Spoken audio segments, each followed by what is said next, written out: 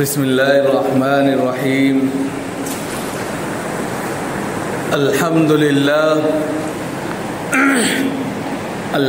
لله رب العالمين، والصلاة والسلام على سيد الأنبياء والمرسلين محمد بن عبد الله الأمين وعلى آله وأصحابه وأزواجه وذرياته وأهل بيته وسلم تسليما كثيرا كثيرا.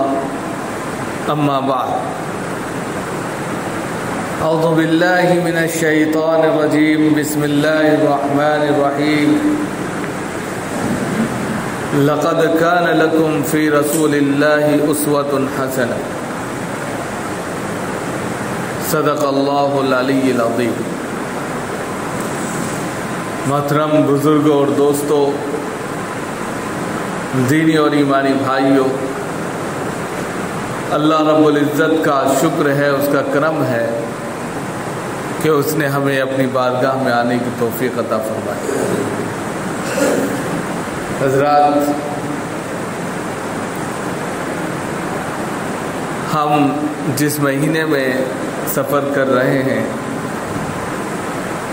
یہ مہینہ ذات نبی صلی اللہ علیہ وسلم کے نام سے موسوم ہے، اور یہ بھی جا رہا ہے، یہ بھی ہم سے رخصت ہو رہا ہے، اور اس کے پیغامات اور اس کے سندیش اور اس کے میسیجز ہمیں بار بار لبیک کہنے پر مجبور کر رہے ہیں کہ ہم ان کو سمجھیں، اپنی زندگی میں لائیں، کیونکہ پھر اس کے بعد ہم ایک سال کے لیے گویا کہ ان تمام چیزوں سے دور ہو جاتے ہیں، اور پھر جب وہ ایک سال کے بعد راؤنڈ کرتی ہے باتیں، پھر وہ تمام چیزیں ہم کرنے لگتے ہیں. لیکن اس مہینے کے چلچلاؤ میں ہمیں یہ طے کرنا چاہیے، اپنی زندگی کا ہدف متعین کرنا چاہیے، اور ہر ایک چیز کو نصب العین کی طرح پیش کرنا اور پیش رفت کی طرح سامنے رکھنا چاہیے کہ اب زندگی کا دھارا یا زندگی کا رخ اس کروٹ رہے گا. جناب محمد رسول اللہ صلی اللہ علیہ وسلم نے زندگی کے ہر شعبے کے اندر، زندگی کے ہر موڑ پر بہت ہی اچھی باتیں، کام کی باتیں عملی طور پر کر دکھائی ہیں. انسان جس فیلڈ کا ہے، انسان جس میدان میں کام کرتا ہے، اس کے تعلق سے اس کو اس کی تمام جانکاری جناب محمد رسول اللہ صلی اللہ علیہ وسلم کے طریقے پر ہونی چاہیے، اور اسی طریقے پر پھر اس کی زندگی گزرنی چاہیے. تب تو زندگی میں مزہ ہے، فائدہ ہے، اور آگے اس میں برکت ہے. اور اگر زندگی اس کی مخالف ہے، تضاد رکھتی ہے، یعنی کہ آپ دعوت رسول سے عشق کا، محبت کا کرتے ہیں، لیکن عملی طور پر آپ اس کے خلاف ہیں، تو پھر زندگی کا دھارا ایک ایسے رخ پر جا رہا ہے جس سے نہ اللہ خوش ہیں نہ رسول خوش ہیں. اور جب دونوں خوش نہیں ہیں تو زندگی میں برکت نہیں ہے، زندگی میں سکون نہیں ہے، زندگی میں اطمینان نہیں. یہ تمام چیزیں ہمارے سامنے رہتی ہیں. اب کیونکہ یہاں پر زیادہ تر حضرات جو ہیں وہ وپار منڈل سے تعلق رکھتے ہیں اور بزنس کرتے ہیں، زیادہ تر دکانوں پر بہت سے لوگ خدمات انجام دیتے ہیں، تو ایسے میں تجارت کے اعتبار سے جناب محمد رسول اللہ صلی اللہ علیہ وسلم نے کیا کردار پیش کیا ہے، اس کو جاننا چاہیے کہ تجارت میں آپ کیسے تھے. آپ بچپن سے تجارتی سفر پر نکل گئے تھے. سب سے پہلے آپ نے تجارتی سفر اپنے چچا محترم حضرت ابو طالب کے ساتھ کیا اور بہت ہی اچھے طریقے پر کیا، انصاف کے ساتھ کیا، محبت کے ساتھ کیا، عدل کے ساتھ کیا، تو یہ چیزیں بچپن سے آپ کے اندر انکلوڈ ہو گئی، شامل ہو گئی کہ آپ انصاف کے دل دادا تھے. یعنی کوئی بھی سامان بیچنا ہے یا خریدنا ہے یا کوئی بھی معاملہ کرنا ہے، اس میں جھوٹ نہیں بولنا ہے سب سے پہلے، اور کسی کو دھوکہ نہیں دینا ہے. آج کے وقت میں تجارت میں سب سے زیادہ جھوٹ بھی بولا جاتا ہے اور دھوکہ بھی دیا جاتا ہے.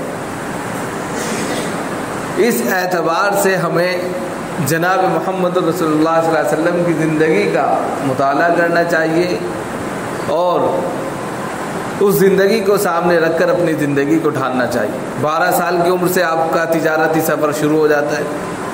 پھر اس کے بعد بڑے ہوتے ہیں تو حضرت خدیجہ کے ساتھ تجارت کا معاملہ شروع کر دیتے ہیں. حضرت خدیجہ رضی اللہ تعالی عنہ مال دے کر لوگوں کو تجارت کراتی تھی اور اس کے بعد جو بینیفٹ ہوتا تھا اس میں 50% دونوں مصاحب، دونوں صاحب شریک ہو جاتے تھے. بڑی مالدار خاتون تھی حضرت خدیجہ رضی اللہ تعالیٰ عنہ، اور لوگوں کو تجارت پر بھیجتی تھی.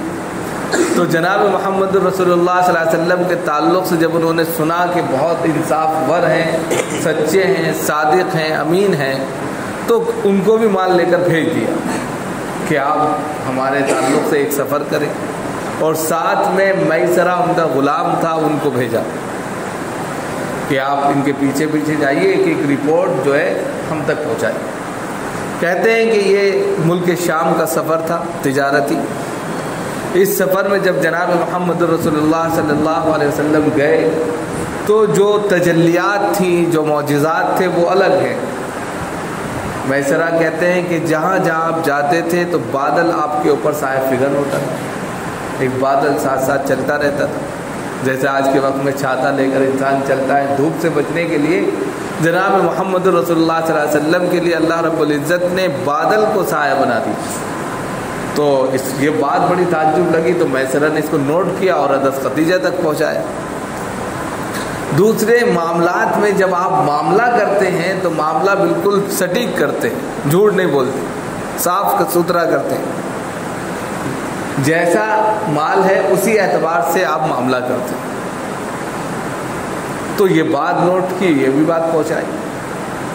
اسی طرح معاملات میں کہتے ہیں کہ فریقین جب تک جدا نہ ہوں، جب تجارت بیع اور شرح ہو رہی ہو تو بیع اور شرح کے اندر دونوں جو حضرات ہوتے ہیں وہ ایک دوسرے سے کسی بھی چیز کو نہ چھپائیں تو اس تجارت میں خود بخود برکت ہو جاتی ہے. عزیز ہے کہ ایک معاملہ چل رہا ہے، ایک بائع ہے بیچ رہا ہے، ایک مشتری ہے خرید رہا ہے، تو بائع اور مشتری کے درمیان جب تک معاملہ درپیش ہے، بات چیت چل رہی ہے، فائنل نہیں ہوا ہے اور اس میں انہوں نے تمام چیزوں کو واضح کر دیا ہے، تو پھر وہ معاملہ طے ہوا تو اس تجارت میں برکت ہو جاتی ہے.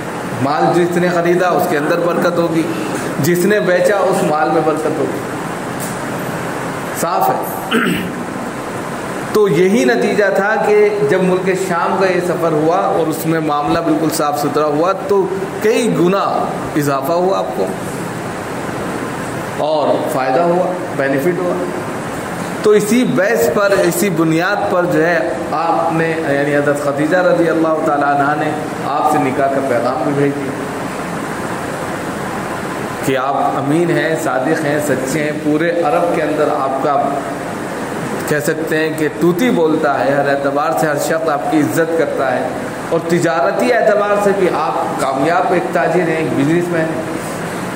آپ جس سفر پر گئے لاکھوں کا بزنس کر کے لوٹے. آپ اس وقت ملک شام تجارت کی سب سے بڑی منڈی کہلاتی تھی.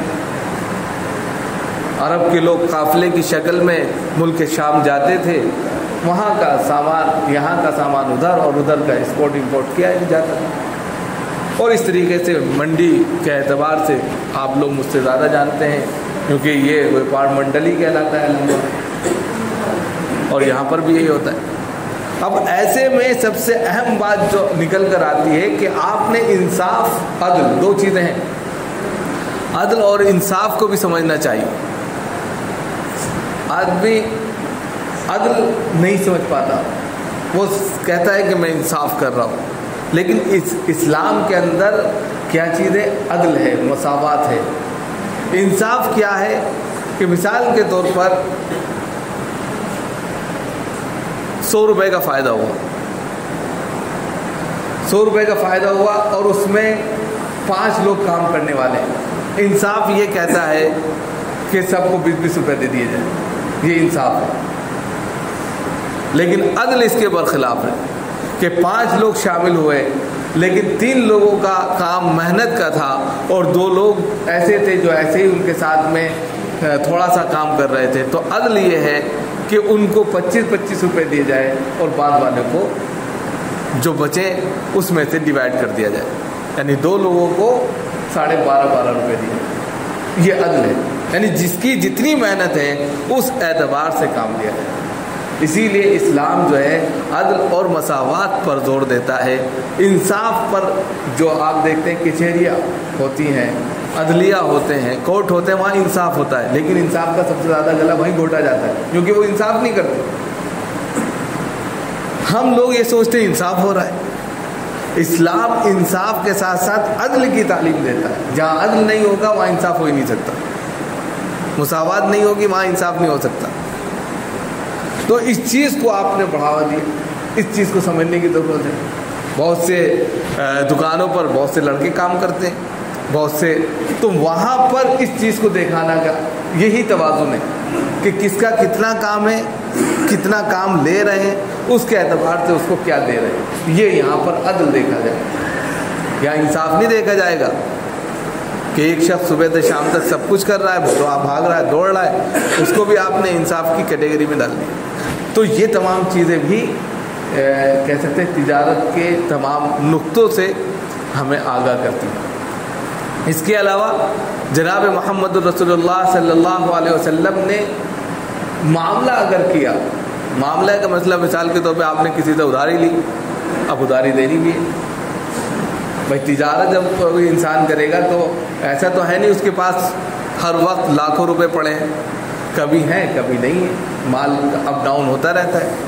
اچانک کوئی اچھی چیز آ گئی، لینی پڑ گئی، پیسے نہیں تو ادھار لے لیتا ہے، اور یہ چلتا تھا. آج کے وقت میں ادھار کا سسٹم یہ ختم ہو گیا ہے کہ انسان کوئی کسی کو ادھار دینا پسند نہیں کرتا. تو اس کی نئی شکلیں لون کی آ گئی یا BC کی آ گئی، کمیٹی ڈال لیتے ہیں اور پھر اس کی بیس پر جو ہے نئے نئے طریقوں سے کم زیادہ کر کے اس کو اٹھا لیا جاتا ہے، اور نتیجہ یہ ہوتا ہے کہ وہ پیسہ جو جائز تھا ناجائز میں تبدیل ہو جاتا ہے. مثال کے طور پہ مارکیٹ میں آج کے وقت میں BC چلتی ہے 10-10 ہزار کی، 5-5 ہزار کی، 100 روپے کی، دن کی، 1 ڈے یعنی کہ ایک دن کی بھی چلتی ہے، ہفتے کی چلتی ہے، مہینے کی چلتی ہے، اچانک الگ الگ چلتی ہے. اب مثال کے طور پہ آپ کے پاس جو ہے کوئی سامان آ گیا، BC آپ کے نام نہیں نکلی، 1 لاکھ کی BC تھی، آپ کے نام نہیں آئے اور وہ سامان ضائع ہو جائے گا.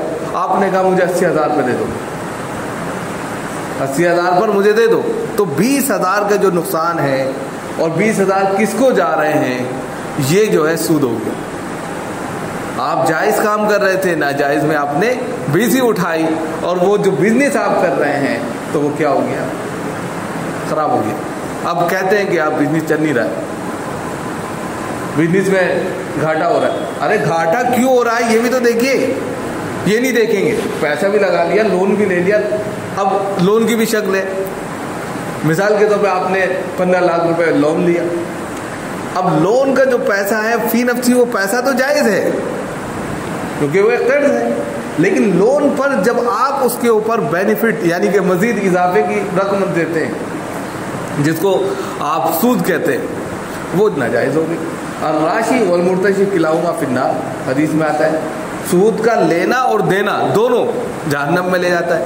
اب جو آپ نے لون لیا ہے 15 لاکھ تو ٹھیک ہے، اگر 15 لاکھ جا رہے ہوتے 15 لاکھ کی بنیاد پر تو صحیح تھا، لیکن آپ نے 5 لاکھ مزید اضافے کے ساتھ دیا تو یہ 5 لاکھ کیا ہوا، سود ہو گیا. اب اس کی وجہ سے پھر معاملہ ڈسمس ہوتا ہے. پھر آپ کہتے ہیں یار لوس جا رہا ہے. ارے لوس کیوں جا رہا ہے بھائی؟ جہاں پانی مر رہا ہے وہ نہیں آپ دیکھ رہے ہیں, اس چیز کو سمجھ ہی نہیں رہے کہ سب کچھ کر لیا. پہلے وقت میں کیا ہوتا تھا, قرض لے لیا جاتا تھا. قرض جب لیا جاتا تھا, آج کے وقت میں تو قرض لے لیا, دینے کا نام نہیں ہے. یہ بہت خراب بات ہے. اسی وجہ سے یہ لون کی شکلیں ایجاد ہوئی ہیں, BC کی شکلیں جو ایجاد ہوئی ہیں وہ اسی وجہ سے کہ پہلے قرض مل جاتا تھا, وقت پر قرض ادا ہو جاتا تھا. جناب محمد رسول اللہ صلی اللہ علیہ وسلم کے تعلق سے آتا ہے, ایک موقع سے آپ نے کسی سے 40,000 روپیہ لیا, وقت آتے ہی جیسے آپ کے پاس مال آیا سب سے پہلے اس کا پیسہ لوٹایا اور مزید زیادہ کر کے دیا, اس کی تعریف کی, جزاکم اللہ خیر الجزا فاحسن الجزا, اس کی بہترین تعریف کی آپ نے کہ اللہ آپ کو اچھا رکھے, آپ کے مال میں برکت. تو اب بتائیے کہ اب اسی طریقے سے کسی نے کسی کو قرض دے دیا, اس نے تھوڑی چھوٹ دے دی, چلیے آج نہیں دے سکتے کل دے دیے. اب ان دونوں کے اندر جو ہے, جو قرض دیا ہے, جو قرض دینے والا ہے اور جو قرض لینے والا ہے, مقروض ہے قارض ہے, تو دونوں کو اللہ تعالیٰ برکت دے رہا ہے. کیونکہ مقروض جو ہے وہ دینے کا ارادہ رکھتا ہے کہ مجھے کل دینا ہے, اللہ تعالیٰ خود بخود انتظام کرا دے. جس نے جو قرض خواہ ہے, جس نے قرض دیا ہے, اللہ تعالیٰ اس کے مال میں برکت دے رہا ہے, اس لیے کہ اللہ نے اس کو نوازا تھا, اس نے دوسرے لوگوں کی مدد کی. اب یہ شکل مفقود ہے, ختم ہے, کوئی کسی سے لے نہیں سکتا, لے لیا تو دے نہیں سکتا, دے دیا اور دینے کے بعد مانگ لیا تو اس سے بڑا دشمن نہیں. سماج میں یہ چل رہا ہے. اب اگر ایسی کنڈیشن ہے تو ظاہر سی بات ہے ہمارے سارے بزنس جو ہے پھر لون پر آ جاتے ہیں. انسان قرض, سودی قرض کی دلدل میں پھنس جاتا ہے, یا ایسی مارکیٹنگ کی, آج کے مجھ سے زیادہ تو آپ لوگ جانتے ہیں کہ مارکیٹ میں کیا کس طریقے سے کسی کے بزنس کو ٹھپ کیا جاتا ہے. مال دے دو اور لے لو اور لے لو, پھر ایک دم سے اس سے کٹ جاتا ہے, بھیا لوٹاؤ لوٹاؤ. اب آدمی پاگل ہے, مال جا نہیں رہا ہے, بک نہیں رہا ہے, کہاں سے لوٹا ہے, بیچ کے بھاگ جاتا ہے. تو یہ ساری شکلیں جو ہیں ایسی ہیں جو سماج میں چل رہی ہیں, لیکن ان تمام شکلوں میں ہمیں وہ طریقہ جاننا چاہیے جو جناب محمد رسول اللہ صلی اللہ علیہ وسلم نے کہا. آپ نے ایک یہودی سے ایک موقع سے جو ہے وعدہ کیا کہ ہم کل ملاقات کریں گے آپ سے,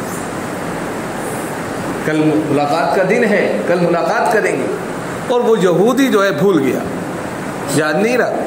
آپ وہیں اس کا 1.5-2.5 دن تک انتظار کرتے رہے. جب 2.5 دن کے بعد 2 دن کے بعد اس کو یاد آیا تو وہ جھٹپٹا کے تیزی کے ساتھ آیا, تو آپ صلی اللہ علیہ وسلم اس کا وہیں انتظار کرتے, تو وہ بیچارہ شرمندہ ہو گیا, اور آپ کی اس عادت کو دیکھ کر اس نے اسلام قبول کر لیا. یہ ہے عمل, یہ ہے کردار, کہ آپ کے ہر عمل سے, آپ کے ہر کردار سے ایک ایسی چیز پھوٹے کہ سامنے والا متاثر ہو جائے. آپ سچائی, آج کے وقت میں آپ دیکھیں کہ تجارت کے اعتبار سے سب سے زیادہ جو نقصان, اگر ہم سماجی, میں کسی کے اوپر انگلی نہیں اٹھاتا, لیکن سب سے زیادہ افسوس کے ساتھ یہ کہنا پڑتا ہے, بہت افسوس کے ساتھ کہنا پڑتا ہے کہ غیر مسلم حضرات جو ہیں, جو کوالٹی رکھتے ہیں وہ بہت اچھی رکھتے ہیں, دینے لینے میں بالکل انصاف ان کے یہاں بہت اہم ہوتا ہے. ہمارے بھائی میں یہ کمیاں بہت تیزی کے ساتھ آ رہی ہیں. حضرت شعیب رضی اللہ تعالیٰ عنہ, حضرت شعیب علیہ السلام کی قوم میں یہی بیماری لگ گئی تھی, کم ناپنا کم تولنا, اور ان کے اوپر عذاب ہے. آج مسلم سوسائٹی کے اندر دکھائیں گے کچھ, بیچ دیں گے کچھ. آپ ٹھیلوں پر جاتے ہیں, کتنے ایسے لوگ ہوتے ہیں سڑا سڑا مال نیچے رکھے رہتے ہیں, صاف ستھرا اوپر, جب انسان غافل ہوا وہ سڑا مال پکڑا دیتے ہیں. کتنی ویڈیو ایسی وائرل. یا اسی طریقے سے جو ہے آپ نے کوئی چیز لی, کم ناپ کے دے دی, ڈنڈی مار دی اس کے اندر. اسی طریقے سے آپ نے کوئی لیٹر میں لیا, اس کو کم تول دیا, اور پیٹرول پمپ پہ تو سب سے زیادہ یہ ایسا ہو ہی رہا ہے. تو اس اعتبار سے جو ہے ہم دیکھ رہے ہیں اپنی آنکھوں سے, یہ اتنی سخت ترین, یعنی کہ کہہ سکتے ہیں کہ چیزیں ہیں کہ اللہ کے غضب کو بھڑکانے کے لیے کافی ہے. کیونکہ ایک نبی کی قوم نے اس طرح کا عمل کیا ہے تجارتی اعتبار سے, اس قوم کو اللہ نے برباد کر دیا, ختم کر دیا. ہم نے ابھی آپ کے سامنے کہا کہ تجارت کے معاملے میں جب تک دونوں فریق ہیں, یعنی کہ مشتری اور بائع, دونوں انصاف کا معاملہ اگر نہیں رکھیں گے تو برکت دونوں میں نہیں ہوگی، اور اگر دونوں رکھیں گے انصاف، سچائی، صداقت، تو خود بخود برکت ہوگی۔ یہ تمام چیزیں ہمیں سیکھنے کی ہے، رسول صلی اللہ علیہ وسلم کے اس پیغام سے سیکھنے کی ہے جو مہینہ چل رہا ہے۔ ولادت رسول اور ولادت کہہ سکتے ہیں کہ نبی پاک علیہ الصلوۃ والسلام کے میسیجز ہیں۔ یہ ایسی چیز نہیں ہے کہ ہم صرف اور صرف جو ہے کہہ سکتے ہیں میلاد منا لیں۔ میلاد میں کیا ہوتا ہے؟ رسول صلی اللہ علیہ وسلم کا نام لے لیا جائے، ارے ان کی ہسٹری، ان کی زندگی کو اس طریقے سے بتایا جائے کہ ہماری زندگیوں میں وہ زندگی آ جائے، تب تو مزہ ہے۔ ورنہ اس طریقے سے ہم سال بھر میں ایک مرتبہ ان کا نام لے لیں، ان کے نام پر ترانے گا لیں، نظمیں پڑھ لیں، ایک دوسرے کو برا بھلا کہہ لیں، یہ کوئی فائدہ نہیں۔ ابھی آپ نے دیکھا، پچھلے ہفتے کی بات ہے، جلوس نکلا، اس جلوس کے اندر کیا ضرورت ہے کہ دوسرے فرقے کو جو آپ دہشت گرد کہیں، دوسرے فرقے اور مسلک کے لوگوں پر انگلیاں اٹھائیں۔ ویڈیو وائرل ہے، سلطان پور کا ویڈیو ہے، دیوبندی، وہابی، عجیب سسٹم ہے۔ رسول کی ذات کو کتنی تکلیف پہنچتی ہوگی ہم بتا نہیں سکتے۔ ہم سب بھائی ہیں، کونوا عباد اللہ اخوانا، قرآن کہہ رہا ہے بھائی، قرآن سے ہٹ کر کوئی ہو سکتا ہے کیا؟ اہل سنت والجماعت بھی قرآن کو مانتے ہیں، دیوبندی بھی قرآن کو مانتے ہیں، بریلوی بھی قرآن کو مانتے ہیں، ہر شخص قرآن کو مانتا ہے، تو قرآن کا جو میسیج ہے اس کو کیوں نہیں ماننا؟ کیوں مسلکی فرقوں میں تبدیل ہو، کیوں ایک دوسرے کو برا بھلا کہہ رہے ہیں، اور اس کے نتیجے میں پھر دوسرے مسلمان پکڑے جاتے ہیں۔ بہت سوچ سمجھ کر زندگی گزارنے کا وقت ہے اس وقت، ورنہ جہالت پہلے بھی تھی اور اب پھر وہی جہالت آ گئی۔ تو جہالت کو ختم کر کے جاگرکتا کو پیدا کرنا ہے، بیداری پیدا کرنی ہے اپنے اندر کہ صحیح کیا ہے، اس صحیح پر زندگی گزاریں۔ ہم یہ نہیں کہتے کہ ہماری باتوں پر زندگی گزاریں۔ آج کے وقت میں آپ خود ہم سے زیادہ جانتے ہیں، ایک ایک چیز کو آپ سمجھ کر، تول کر، بول کر لیتے ہیں، تو اسلام اور دھرم اور مسلک میں بھی آپ ہر ایک چیز کو جو ہے ناپ کر لیں، پورا وصول کر کے لیں، تو انشاءاللہ فائدہ ہوگا۔ اللہ تعالیٰ ہم سب کو عمل کی توفیق دے۔